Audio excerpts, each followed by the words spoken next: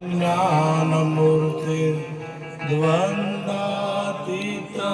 गगनसदृशं तत्त्वमसि लक्ष्यम् एकं नित्यं विमलमचलं सर्वादिसाक्षिभूतं भावातीतं त्रिगुणरहितं सदैव नमामि सद्गुरु महाराज सनातन धर्मनो जय सद्गुरु सदाराम बापानो जय सद्गुरु धीराज महाराजनो पधारेला हरि गुरु पधारेला तमाम भक्त गणनो जय धन्यवाद। આજે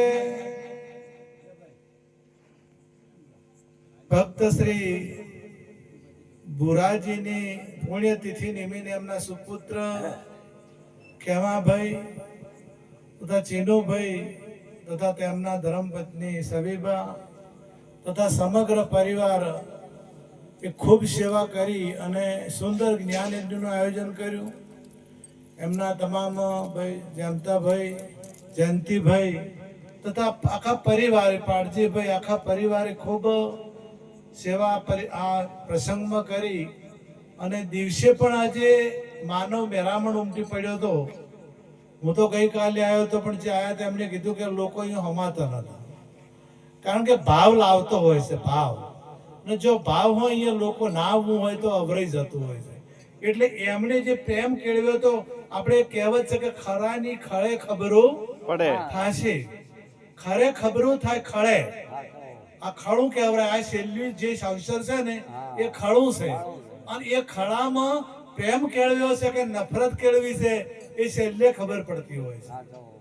અને ભક્તિ એક વિચાર કરો કે એક વર્ષ પહેલા એમને ભવિષ્ય પાકી દીધું હતું, મને પણ કીધું હતું કે મહારાજ ફેર મારે કદાચ થાય કે ના થાય, અને આ છેલ્લો અવસર છે એમના દીકરાને ઓણું કરાય તો એ નિમિત્તે બેહતા વરના દાડે અને આ દિવાળી ગઈ અને થોડાક જ દિવસો ગયા અને એ નિર્વાણ થઈ ગયા। એટલે અમને ખ્યાલ આવી ગયો હતો। બસ અમારા બાબુભાઈના ઘેર ગયા હતા, તો બાબુભાઈના ઘેર એમ કીધું હતું કે હવે હું અહીંયા આવીશ એક દાડા પહેલા જ ને 2 દિવસ પહેલા એમના ઘેર જઈ અને કે આ છેલ્લી વખત તમારા ઘેર આવ્યો છું। એટલે અમને ખ્યાલ આવી ગયો હતો કે હવે હું રહેવાનો નથી। એટલે ભક્તિનો પ્રતાપ છે, ભજનનો પ્રતાપ છે, આ જ્ઞાનનો પ્રતાપ છે, એ સિવાય માણસને આ હુજતું નથી। એટલે જે પ્રેમ છે ને પ્રેમ વગર પાકે નહીં, એત વગરની શું હળી, આખો ભગત એમ કહે બોથું બાણ ન કાઢે બખ્તરની કડી। પ્રેમ કેરા પંથમાં પ્રેમી હજારો થઈ ગયા, વેમમાં ભૂલા પડેલા જો હતા ત્યો રહી ગયા। પ્રેમ સાચો પંથ છે સમજીને પ્રેમી જાય છે, વેમની વમણમાં વેમી જનો અટવાય છે।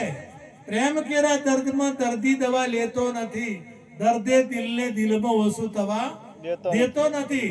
એટલે જીવનમાં પ્રેમ હશે તો લોકો તમને ચાહના કરશે, અને પ્રેમથી પરમાત્મા પણ રીઝે છે। પ્રેમથી વાલો પ્રેમને વશ થયા રાજી, શું કરે પંડિતને કાજી। પંડિતો પોતા ગમે તેમ વચે પણ પ્રેમ ના હોય તો પરમાત્મા આપણા ઘેર આવતો નથી। અરે પ્રેમ ના હોય તો કૂતરું પણ આપણા ઘેરે આવતું નથી। માણસની તો માણસની વાત કરીએ, પણ કૂતરું પણ આપણો પ્રેમ હોય ના હોય તો આપણા ઘેરે આવતું નથી। એટલે એમણે પ્રેમ કેળવ્યો હતો, એટલે આટલા બધા લોકો બધા અહીંયા અત્યારે આયા, અને એમના પરિવારને ખૂબ ધન્યવાદ આપું છું। તાળીઓથી વધાવો એક વખત બધા પરિવારને।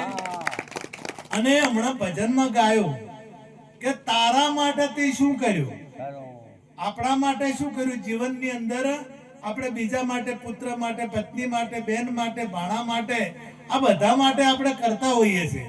આપણે આખી જિંદગી પરિવાર માટે મહેનત કરતા હોઈએ છીએ।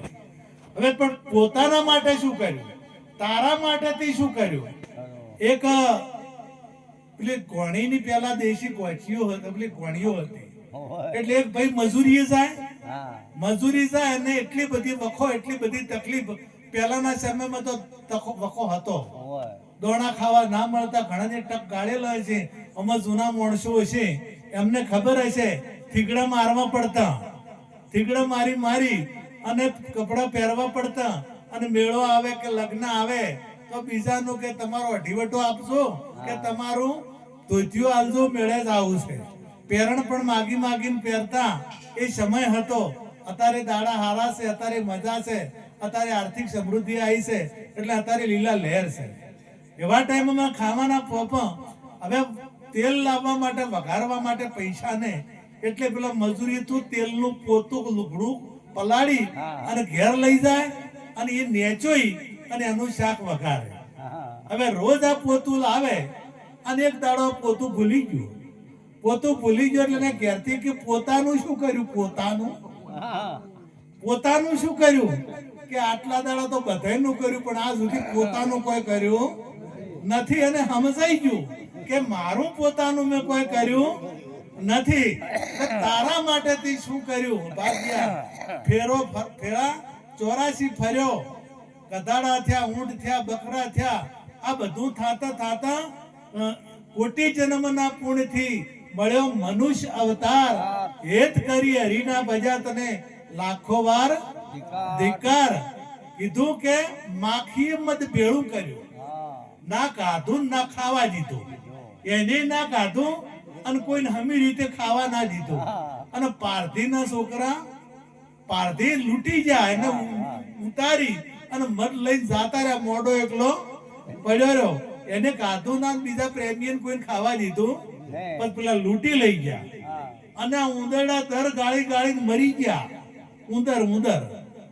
ઉંદર ગાળે ને ભોગવે, હાપે કોઈ દાડો દરડા ગાળ્યા નથી. એ ગાળે ઉંદરડા અને ભોગવે ભોરિંગ. એમ આ જે પેલો બળદિયો હોય ને ઘોણીનો, એરો આખો દાડો હેડે. એના મને કે હું કાશીએ જતો રહ્યો, પણ પાટો ખોલે ઓછું બધી ફરી એની ઘોણી હેડતા બળદ ને, અને પાટો ખોલે એટલે એનો એમ આપણે જો કદાચ ત્યોના ત્યો જો આઘા નથી ખસી શકતા, આ પરમાત્માનો આયા કોલ કરી અહીં ગયા ભૂલી, યમ રાજાના તેડા આયા ગોવિંદના ગુણ ના ગાયા. જો કોલ કરીને આયા છે, માતાના ગર્ભમાં હતા તારે કોલ કરીને આયા અને અહીંયા ભૂલી ગયા, એટલે પછી જમ રાજાનું તેડું આવવાનું છે. અને જેને પરમાત્માનો સાક્ષાત્કાર થઈ ગયો, જેને પરમાત્મા જેના ઘેર આયા, એને કોઈની બીક રહેતી નથી. મને એક ભાઈ એમણે વાત કરી હતી કાલે કે અમને કોક માતા નડે છે, અમને અમારા પરિવારમાં કોક માતા નડે છે, એટલે અમારે 2 ભેંસો મરી ગઈ અને 2 ગાયો મરી ગઈ, અને બીજું નુકસાન શું, છોકરો મોદત હોય, અમારા ઘેરથી અમને બીમાર થઈ ગયા હતા, એટલે કે કોક નડે છે. મેં કીધું માતા કદી નડે, તમારા કર્મ નડે. તમે કર્મ ભૂંડા કર્યા હોય નડ્યા વગર રે ના. અને રોગ આવે ને, રોગ તો ગમે તેવાને લઈ જાય ને, કદાચ હાજુ થવાનું હોય, કુદરત ને બચાવવા હોય તો તમને કોઈની તાકાત નથી. કોઈ યમ રાજા આવે તો તમને ના મારી શકે. મારું કેવું કે યમ આવે ને, યમ તોય તમને મારી શકે નહીં. પરમાત્માએ કીધું કે જો યમરાજ ને બીક લાગતી હોય ને તો કેજી લાગે છે, ભગતની. વિષ્ણુ પુરાણમાં હશે, વિષ્ણુ પુરાણમાં ભક્ત પૂછું છે નારદજી ભગવાન વિષ્ણુને કે આ તમારા યમરાજને પૂછું છે કે તમને બીક કેજી લાગે, તમે બધાના જીવ લેવા જો છો તો તમને બીક લાગે કે નહીં? કે અમને બીજા કોઈની બીક લાગતી નથી, પણ જે ભગવાનના ભગત છે ને એની જ બીક લાગે છે, કારણ કે એને અમે પકડી શકતા નથી અને એને અમે એમ લોકમાં લઈ શકતા નથી, કારણ કે એમનું ધામ પરમાત્માનું છે, એમનું ધામ અક્ષરધામ છે. એટલે અક્ષરધામે જોય છે એ અમારા હાથમાં આવતા નથી. એટલે બધાની બીક લાગ, બધા અમારાથી બી હોય, પણ એ એકલા બિયાતા. હવે તમને જમ કોઈ ના કરી શકે તો પછી બીજું કોણ કરી શકે? પણ તમારું જો કર્મ હશે તો કર્મ તમને નડશે. અને કોઈની માં કોઈને દુઃખ આપતી નથી, કોઈની માં કદી કોઈને દુઃખ આપે. માં તો દયાળુ હોય, માં પ્રેમાળ હોય, અને માં મોટા કરે, માં સુખ આપે, માં તમને તારે પણ માં ડૂબાડે નહીં. માં કોઈ દાડો તમને અધોગતિ ના લઈ જાય. માં કોઈ દાડો તમને દુઃખ આપે નહીં. પરંતુ આપણું શરીર વીક હોય, જન્મથી જ કદાચ પાયો જ મજબૂત ના હોય તો પછી એને રોગ આવવાના. અને આપણે કર્મ કરેલા હશે તો કર્મ નડ્યા વગર રહેવાનું નથી. કોઈને કર્મ છોડતું એટલે કે આ માન નડે પણ ના, તમારું કર્મ તમને નડે, બીજું કોઈ નડતું. તમે હારા કર્મ કરો, અરે કર્મ કરશો તો પાપ પણ બળી જશે. તમે એવું કર્મ કરશો તો ગીતામાં ભગવાને કીધું છે કે જ્ઞાન અગ્નિથી બધા કર્મો બળીને ખાખ થઈ જાય છે. ગમે એમાં પાપ કર્મો હશે તોય બળી જાય છે, હારા કર્મો બળી જાય અને ભૂંડા કર્મો એક કે કર્મ તમારું રહેતું નથી. એટલે પછી ના હારાનું ભોગવવાનું રહે કે ન પછી ભૂંડાનું ભોગવવાનું રહે. ભગવાન કે છે, ખુદ પરમાત્મા શ્રી કૃષ્ણ આવું બોલ્યા છે કે એ બધો કદાચ તમે જ્ઞાન અગ્નિ પ્રગટ થશે તો તમારો એક કે કર્મ રહેશે નહીં. અને એ જ્ઞાન અગ્નિ સદગુરુના શરણે જવાથી જ્ઞાન પ્રગટ થાય છે. અને ખાલી કદાચ આમ શરણમ જઈ અને ઘણા તો હોય છે પણ પછી ચેડી જે કરવાનું છે કરતા નથી, એટલે અનુભવ થતો. નિહાળમાં નામ લખાયું છે પણ ભણવા જ્યાં નથી એટલે ફેર પાસ થવાય નહીં. અને કદાચ ઘેર બેઠો બેઠો ભણી કરે તો એ પરીક્ષા ના લે તો એને સર્ટિફિકેટ મળે નહીં. ઘેર ગમે એટલું ભણી જાય તો સ્કૂલમાં જ્યાં સિવાય સર્ટિફિકેટ મળતું નથી. અને સર્ટિફિકેટ ના મળે તો એને પદ પણ મળતું નથી. એટલે જે પરમાત્માનું પદ પ્રાપ્ત કરવું હોય તો એમાં જે પરીક્ષાઓ આવે, એમાં જે મહેનત આવે, ચિંતન, મનન અને નિધિધ્યાસ, આ ત્રણ વસ્તુ ઉપદેશ લીધા પછી કરે એને આ જ્ઞાન થાય, બીજાના જ્ઞાન થતું નથી. એટલા માટે પરમાત્માનું યાદ કરજો, પરમાત્માનું ભજન કરજો. તમને કોઈ નડવા વાળું નથી. તમારું તમે જેવું કરશો એવું તમે ભરશો. એટલા માટે એક પદ બોલું, વિચાર લેટી. તાળી પાડીને રામ નામ બોલજો રે, તાળી પાડીને રામ નામ બોલજો રે, તાળી પાડીને રામ નામ બોલજો રે.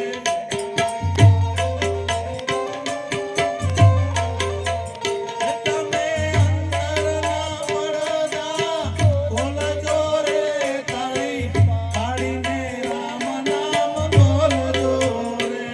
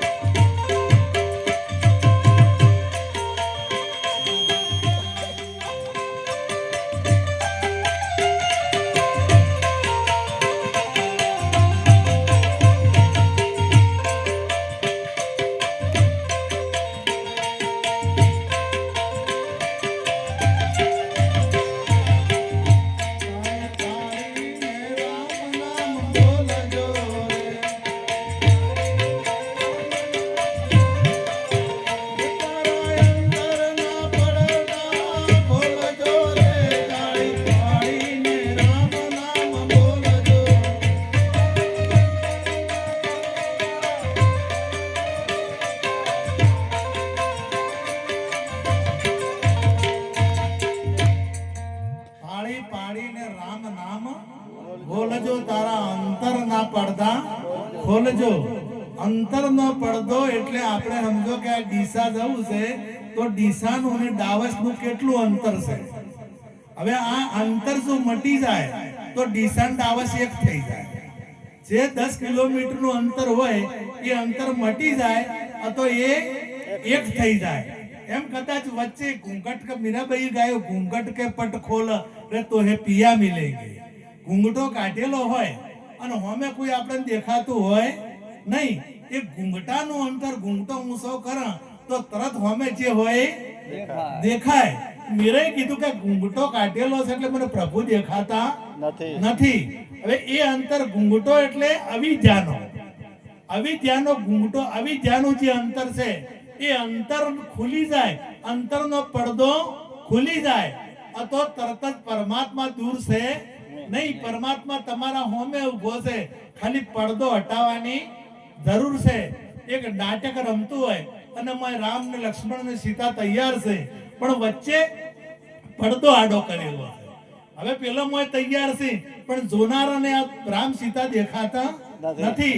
પણ બીજો જો કોઈ વ્યક્તિ આવે અને પડદો હટાઈ દે તો તરત એ દેખાય છે.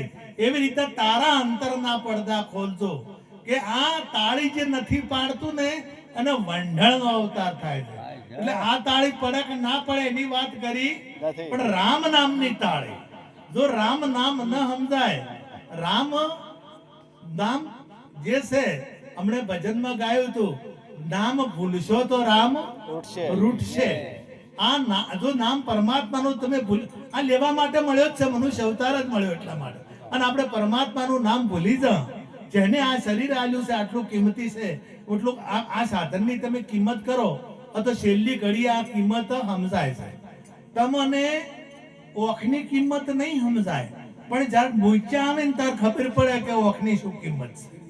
ગુડાની કિંમત નહીં સમજાય, પણ હવે ઢેસણ ગાય કે તમારા ગુડા ઘાસી ગયા, ડોક્ટર કે ઓપરેશન કરાવવું પડશે તારે એની કિંમત સમજાય છે.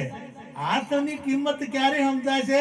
જ્યારે કોઈક વાહ આવશે કે કોઈક તકલીફ થશે ત્યારે હાથની કિંમત સમજાય છે. એમ આખા શરીરની કિંમત અનમોલ છે, એની કોઈ કિંમત નથી. અબજો રૂપિયા ખર્ચે આ શરીર મળતું. તમે ભુરાજીને દવાખાને લઈ ગયા તો તમે ડોક્ટરના ભુરાજીના શરીરના ભાર્યો ભાર પૈસા આલો તો ડોક્ટર અહીંયા કઈ કરી શકતો નથી. અરે આપણે કે ટેમસર દવાખાને લઈ ગયા હોત તો બચી જત. ઘણી વખત એવી વાતો થતી હોય છે. મદ્રાસમાં જે ટોપ લેવલના ડોક્ટર, મદ્રાસની વાત કરું કે જે કેટલાય દવા ઓપરેશનો કર્યા, બાયપાસ સર્જરીઓ કરી, એન્જિયોગ્રાફીઓ કરી અને મોટામાં સારા ડોક્ટર હતા મદ્રાસમાં. અને એમને એટેક આવ્યું તો હોસ્પિટલમાં જ હતા. એ બધા ડોક્ટરો તો ફરી આયા, પણ આખા મદ્રાસના જે મોટા હૃદય રોગના નિષ્ણાતો હતા બધા ભેળા થયા ને તો એમને બચાઈ ના શક્યા. અને એક એવા વ્યક્તિ મને અમદાવાદ ગોમતીપુરમાં મળેલા, 72 વર્ષની ઉંમર હતી, 9 એટેક આવેલા હતા. કોઈ એમ કહે છે કે 3 એટેકમાં મોણસ રહેતો નથી, પણ એ વડીલને 9 એટેક આવેલા હતા. હું નજરે મળી, એમની સાથે સત્સંગ કર્યો, બેઠો, વાતો કરીને કે મને 9 એટેક આવ્યા છે પણ મને પરમાત્માની કૃપાથી કોઈ થયું નથી. એટલે તમને જો પરમાત્માને જો કદાચ તમને કઈ થવા દેવું નથી તો તમે ગમે તેમાં એક્સિડન્ટ થાય તોય તમે બચી જશો.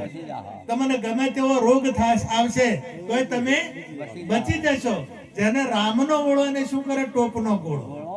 વીર વિક્રમ જ્યારે ઉજ્જૈન ઉજ્જડ પડી હતી, ઉજ્જૈનની ગાદી ઉપર કોઈ હતું નહીં અને અહીંયા વૈતાળ કરીને રહેતો હતો. હવે જે રાજા ગાદીએ બેહવા આવે વૈતાળ એમને મારી નાખતો હતો. એટલે વિક્રમને ખબર પડી કે આ વૈતાળ કોઈ ગાદીએ બેહવા દેતો નથી, જે રાજાઓ જાય છે એમને મારી નાખે છે. એટલે વિક્રમે વિચાર કર્યો. વિક્રમને ભર્તૃહરિ બે હગા ભાઈ હતા. આ ભર્તૃહરિ તમે જે કહો છો ને એ વિક્રમ અને એ બે ભાઈ હતા. વિક્રમે કે જે રસ્તા હતા ને મેન જે આવવાનો વૈતાળ ને અહીંયા શેમાળાથી મોડી અને રાજગાદી હતી એટલા સુધી રસ્તામાં ખોરાક ગોઠવી દીધો. એને જે ભાવતું હતું ને ભાવતા ભોજન ગોઠવી દીધા ટણાટણ. હવે આ જેટલે આવવા માંડ્યો ને ખાવાનું શરૂ કર્યું, આવતા આવતા ધરાઈ ગયો અને રાજી થઈ ગયો. તમને કોકને ખવડાવો તો ગમે એ રાજી થયા વગર રહેતું. અન્નદાન મોટામાં મોટું દાન છે. એ દાન કોઈ દાડો, અન્નદાન કોઈ દાડો ફેલ થતું નથી. એટલે અન્નદાન ભૂખ્યાને કરે સાહેબ કી બંદગી ઓર ભૂખે કો દે અન્ન. સાહેબ ની બંદગી એટલે પરમાત્માનું ભજન અને ભૂખ્યાને ભોજન. આ બે વસ્તુ કરો તો તમારે બીજું કોઈ કરવું પડે ના. તમને કોઈ ગ્રહે ના નડે, કે તમને ભૂતે ના નડે, કે તમને સુડવેલ કે બધું કોઈ નડતું નથી. આ તો જે આ એક આમ તો ચિત્તમાંથી ઊભું થાય છે બધું. આ હોતું સુડવેલ ની વાત નીકળી છે એટલે કે વાત કરું. ઘરના ઘણાને ઘેર હમું હોય અને ઘરના ઘણાને દુઃખ હોય. ઘેર ઘણાને તકલીફો હોય છે અને ઘણાને દુઃખ હોય છે અને ઘણાને મજા પણ હોય. જેને સંસ્કારી પત્ની મળી છે એને મજા છે. અને કદાચ એક ભાઈ રાતનો જાતો હતો અને એને સુડવેલ મળી. સુડવેલ એટલે કે સુડવેલ ને લોબા લોબા દોત હોય એટલે એને લોબા લોબા દોત બતાયા. પેલા ના બીક લાગી. મોટા મોટા વાળ બતાયા એને ના બીક લાગી. પછી એને હાડ પિંજર બતાવ્યું એને બીક ના લાગી. એટલે પેલીએ કીધું કે તને બીક નહીં લાગતી? કે ના બોન હું પરણેલો છું. એટલે કે પરણેલા ને એને શું લાગે વળકે કે તું છૂટા આંબોળે પીવરાવે છે ને ઘેર બોધેલા આંબોળે પીવરાવે. એટલે ટેવાઈ ગયો છું. અને આ હું મળ્યું હોય એના ભોગ મળી જોઈએ છે. નર નારી નો એક મતું તો સ્વર્ગા પરમ થાય સતું. પતિ પત્ની નો એક રાગ હોય, ઘરમાં આખા ઘરનો એક રાગ હોય, એ મોટામાં મોટું સ્વર્ગ છે. બીજું કોઈ બહાર જોયે તમે મંગળ ઉપર લોકો જ્યાં, ચંદ્ર ઉપર લોકો જ્યાં, આ બધા ગ્રહ ઉપર પહોંચી ગયા, પણ કોઈ જગ્યાએ જો બીજું સ્વર્ગ જોયું નથી. તમારા ઘરમાં જો પ્રેમથી બધા રહેતા હોય, હળી મળીને બધા રહેતા હોય, તમે વિચાર કરો રામાયણનો પ્રસંગ લ્યો તો રામાયણમાં એટલો બધો પ્રેમ અરસપરસ હતો કે રામને ખબર નથી. રામને દશરથ રાજાએ કીધું નતું કે તમે વનવાસ જો. કઈને મેં વચન આપેલું છે તમે વનવાસ જો, એવું દશરથ રાજાએ રામને નતું કીધું. પરંતુ રામે વાયા ઓભળ્યું અને વાયા ઓભળી અને વનવાસ કે મારા પિતાનું વચનનું પાલન કરવા માટે, ભલે મારા પિતાએ કીધું નથી પણ મારા પિતા અત્યારે એ કહી શકે એમ નથી, મને એટલો બધો પ્રેમ કરે, પણ મારે એ મારી માતાનું જે વચન છે એ મારા પિતાનું વચન ના થાય એટલા માટે મારે વનવાસ જવું છે.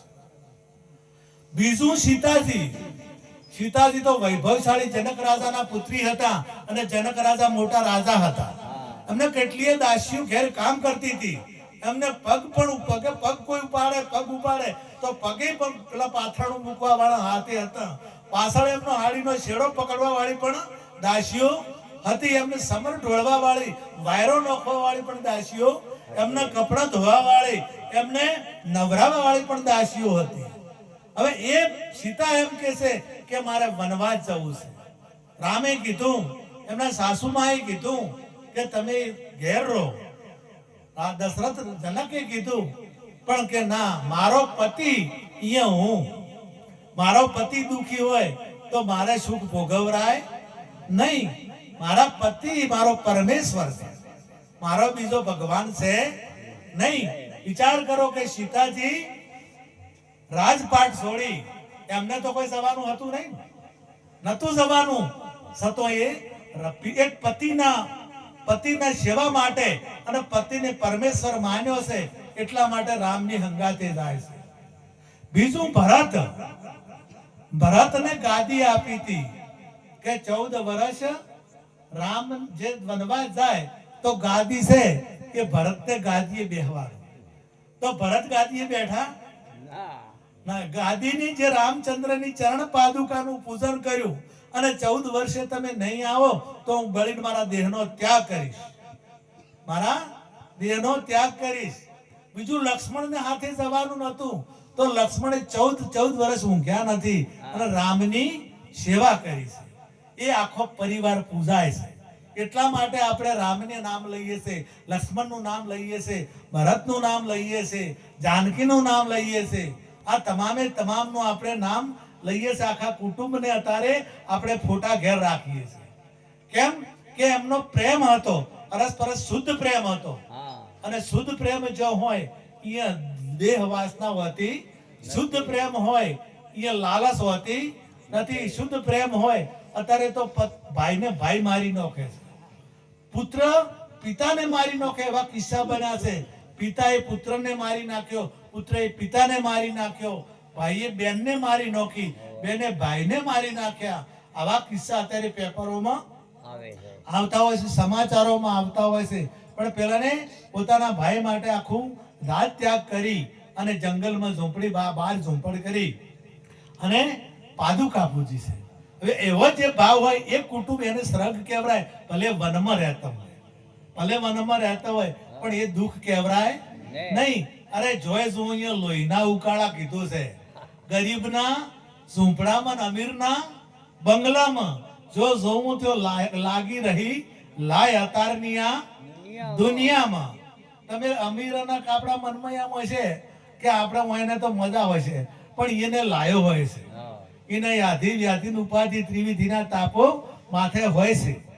અને ગરીબના ઝૂંપડામાં હોય, અને જો તમે પ્રેમ હોય, જ્ઞાન હોય, સમજણ હોય, તો કોઈ દુઃખ હોતું ભલે માગીને ખાતા હોય. પતિ પત્ની રોડોનું કોમ ચાલતું હતું અને રોડે કોમે જતા હતા. કોમે જતો હતો એટલે અડકાયાના બાવળિયાના સોયલે એ નાના છોકરાનું કોળિયું બધેલું અને અધોળે બે જણા ખાવા બેઠા. એટલે પત્ની કીધું કે આપણા ઉપર ભગવાન રૂઠ્યો લાગે છે. એટલે કે કેમ આપણને મજૂરી મળી જાય છે, બે ટેમ મળી જાય છે ખાવાનું, અને આપણે ટક ગાળવું પડતું નથી, ભૂખ્યા ઊંઘવું પડતું નથી, અને આવું કેમ બોલે છે કે ભગવાન રૂઠ્યા છે? કે એમ નથી. મારું કેવું બીજું છે કે શું, 2 દાડાથી આપણા ઘેર કોઈ રોટલો ખાનારું નથી આવ્યો. 2 દાડા થઈ ગયા, આજ સુધી આપણા કોઈ મહેમાન નથી આવ્યું, આપણા ઘેર કોઈ ખાનાર આવ્યું નથી. એટલે કહું છું કે આપણા ભગવાન જેમ આપણા ઘેર કોઈને મોકલતા નથી. એક ભાવ કેટલો છે તમે વિચાર કરો કે મજૂરી કરે છે તો બીજાને ખવડાવવાનો ભાવ છે, બીજાને એમના ઘેર પોતાને મહેમાન ગતિ મણાવવાનો ભાવ છે. એ ભાવ આપણામાં હોવો જોઈએ. અને બાટલા માટે કીધું ભાવે ભજન કરો, નર નારી ભાવ કરશો તો સત જાશો હારી. પેલા આપણે વાત વિક્રમની ચાલતી હતી તો ખુશ થઈ ગયો, અંતર ખુલી ગયું કે માગ માગ હું માગી આવું. એટલે વિક્રમે કીધું કે મારે કોઈ જોતું નથી. કે ના, આજ હું ખુશ છું. આમ તો તને મારી નાખવાનો છે, કોઈ રાજાને મેં છોડ્યા નથી, પણ હું કહું છું તું માય ને પછી ટેમ રહેશે કે તું જા ચિત્રગુપ્તના પાસે જા, એમના દરબારમાં જા અને તપાસ કરતા કે મારું આખું કેટલું છે. એટલે તપાસ કરવા જા તો કે ભાઈ 100 વર્ષ આટલા દાડા આટલા કલાક આટલી ઘડી આખું છે. એટલે આઈને સમાચાર આલ્યા કે આટલું આખું તમારું છે. તો કેમ કરે, એમાંથી તું થોડુંક ઓછું કરતા, 2 દાડા 4 દાડા 2 મહિના કે જેટલું થાય એટલું ઓછું કરતા, એટલું મારે જોવતું નથી. એટલે આ ત્યો જો તો કે એ અમારે પ્રથા છે, જે નક્કી થઈ ગયું એ થઈ ગયું, એમાં તો કોઈ આગા પાછું થતું નથી. આ એ કરમ એવો કરશે તો બધું થાય, પણ અમે કોઈ કરી શકશું પણ કદાચ દારૂ પીપીને ફેફસા હેળવી નાખશે તો એમાં અમારી જવાબદારી નહીં. કદાચ ઊંધા કરમ કરશે તો એ કરમ એના કરમ કદાચ ઓછું કરાવે, પણ અમારી તાકાત એમાં નથી. એટલે અમે ઓછું કરી શકીએ. અમારે તો જે ફાઇનલ થઈ ગયું એ થઈ ગયું. દેવોને પણ દુર્લભ, તમારો મનુષ્ય દેહ છે ને એ દેવો પણ પ્રાર્થના કરે, દેવોને આશા રાખવી પડે છે. પણ આ 8મના દાડે પટલી ભરવી, તમે ના ભરો ને એ મંજીરા વગાડતા હોય છે. એટલે તમારી આશા એને રાખવી પડે છે. મંદિર બનાવવું હોય તો એને તમારી આશા રાખવી પડે છે. અને તમારા છોકરાને તમે મંદિર બનાવી આલો, તમે ઘર બનાવી આલો છો, તમે એને પરણાવી આલો, નહીં કે પણ બધું કરતા બધું કરો છો. એટલે દેવોને પણ દુર્લભ એવો મનુષ્ય દેહ તમને મળ્યો, એટલે કે ઓછું નહીં થાય. પાછા આયા તો કે ઓછું ના થાય, કોઈને થોડુંક વધાર થાય. ભલે એક ઘડી વધે તો વધારે થાય, પેલો જો એક ઘડી કે વધે ના, આમાં તું આગા પાછું થાય છે ને.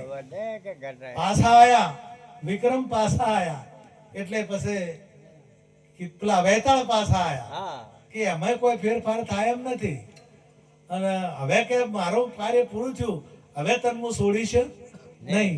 વેતાળે કીધું. વિક્રમે કીધું કે તું જોઈને આવ્યો છે એ ઘડી મારી ઓછી થાય એમ નથી. તું ચમકી કરી. હા હા તું એમ કહે છે કે મેં ઘણા રાજાને ખાઈ ગયો છું, ઘણા પ્રધાનોને ખાઈ ગયો છું, મારી નોખ્યા છે. આ તો મને તારી ઘડી પેલા નથી કરી શક્યા ઓછી અને તું કઈ રીતના કરી શકીશ એમ કરીને વાળે તો ઝાલ્યો હા અને વેતાળ જીવનભર ગુલામ થઈ ગયો. હવે વેતાળ વિક્રમનો તમામ કોમ કેને કર્યા પછી વેતાળે કર્યા. વેતાળ એટલે તમે ધારો તો તમે ભૂતને પણ નોકર કરી શકો. મારું કહેવું એમ છે તમે પરમાત્મા પાસે પણ તમે કામ કરી શકો. તમારી શક્તિ એટલી છે, તમારી શક્તિ એ ઓછી નથી. એટલે ગાયું છે કે અંતરના પડદા ખોલીને ના પડ